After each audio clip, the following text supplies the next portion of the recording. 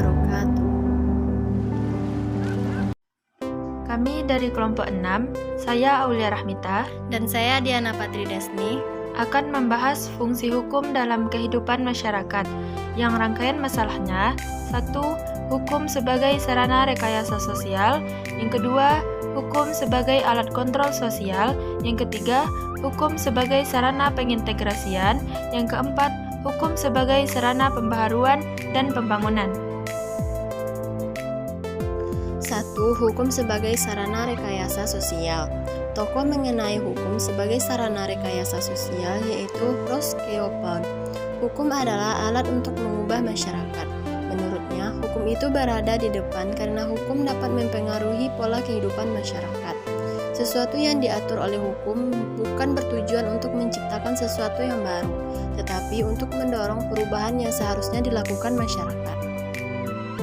Pengertian: rekayasa sosial adalah upaya intervensi terencana dalam mempengaruhi sikap dan perilaku sosial untuk mencapai perubahan sosial.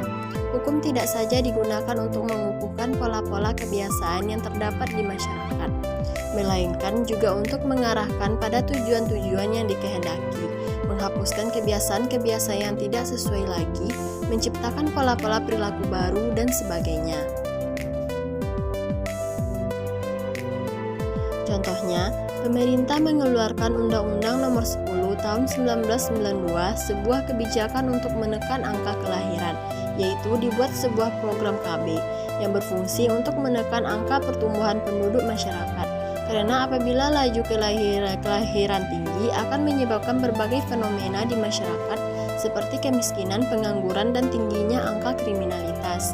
Diciptakannya KB untuk menciptakan kemajuan dan kestabilan ekonomi serta kesejahteraan sosial masyarakat.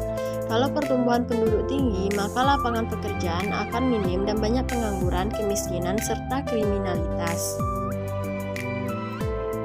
2. Hukum sebagai sarana kontrol sosial. Hukum sebagai sarana kontrol sosial adalah suatu proses dan sistem yang mendidik, mengajak, bahkan memaksa warga masyarakat agar berperilaku sesuai dengan hukum yang berlaku. Hukum sebagai kontrol sosial memberikan arti bahwa ia merupakan sesuatu yang dapat menetapkan tingkah laku manusia. Tingkah laku ini dapat didefinisikan sebagai sesuatu yang menyimpang terhadap aturan hukum. Sebagai akibatnya, hukum dapat memberikan sanksi atau tindakan terhadap si pelanggar.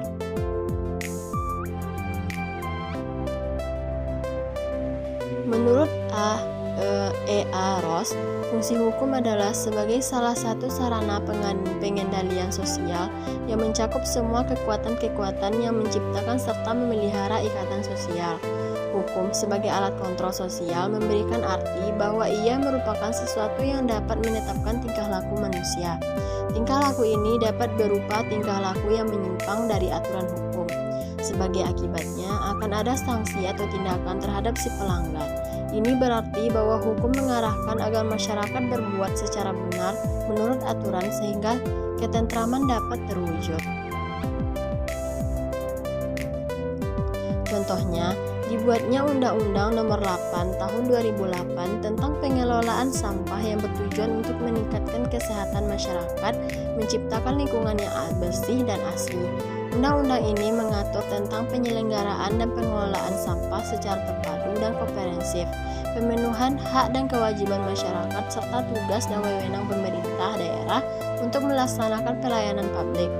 Apabila ada orang atau instansi yang melanggar akan mendapat sanksi baik pidana, kurungan, atau denda yang berfungsi untuk mengontrol perilaku masyarakat dalam membuang sampah. 3. Hukum sebagai sarana pengintegrasian. Integrasi merupakan suatu usaha untuk membangun hubungan yang lebih erat antara anggota dalam masyarakat, sehingga tercipta suatu kondisi yang harmonis yang memungkinkan terjadinya kerjasama dalam rangka mencapai tujuan. Fungsi hukum sebagai sarana pengintegrasi berarti bahwa hukum dapat mengintegrasikan warga masyarakat yang berbeda latar belakangnya. Masyarakat Indonesia bersifat plural yang terdiri dari unsur-unsur yang berbeda, misalnya perbedaan kedudukan sosial, suku, ras, agama, bahasa, dan kebudayaan. Agar setiap perbedaan tersebut dapat hidup berdampingan, maka perbedaan tersebut perlu diselaraskan. Disinilah hukum berfungsi dalam melakukan integrasi terhadap berbagai kepentingan yang berbeda tersebut. 4. Hukum sebagai sarana pembaruan dan pembangunan.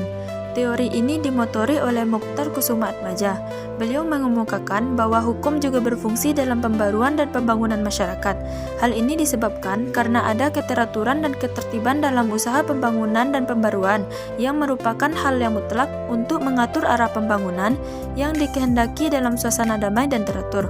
Hukum itu harus dapat membantu proses perubahan masyarakat dalam pembaruan dan pembangunan dan tidak hanya dipandang sebagai sebuah kaidah atau aturan yang mengatur kehidupan manusia, tetapi juga mencakup seluruh aktivitas lembaga untuk mewujudkan hukum itu menjadi sebuah kenyataan. Contohnya, Dekan Fakultas Syariah mengeluarkan kebijakan berupa hafalan ayat-ayat hukum dan terjemahannya bagi mahasiswa Fakultas Syariah.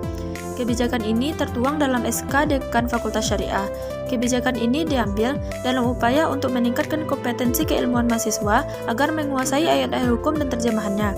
Dengan harapan, kemampuan tersebut mampu menjadi nilai-nilai plus bagi mahasiswa Fakultas Syariah. Berbicara dengan menggunakan dalil-dalil sebagai sumber sehingga dapat meningkatkan kapasitas diri mahasiswa. Terima kasih, sekian dari kami. Assalamualaikum warahmatullahi wabarakatuh.